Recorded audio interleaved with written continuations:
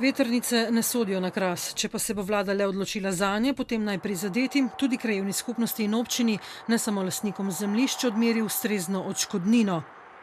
Na občini zahtevajo tudi odprtje sklada za razgradnjo stebrov in raziskavo, kolikšen vpliv imajo vetrnice na zdravje ljudi in živali.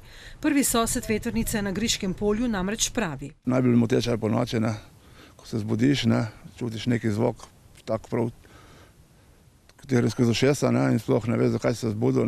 Poleti pa sploh okna zaprta skozi. Ko piha burja, takrat je najbolj glasna in najbolj moteča.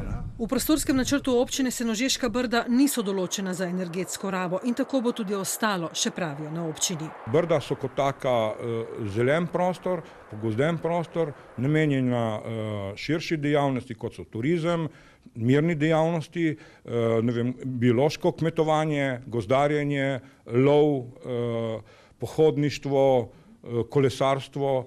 Da so Senožeška Brda strnjen gost pomemben za prehod divjih zveri in območje preletov nekaterih ujed, pišejo z Ministrstva za kmetijstvo, Zavoda za gozdove pa odgovora nismo prejeli. Za civilno iniciativo Kras pa vetrnice niso sprejemljive.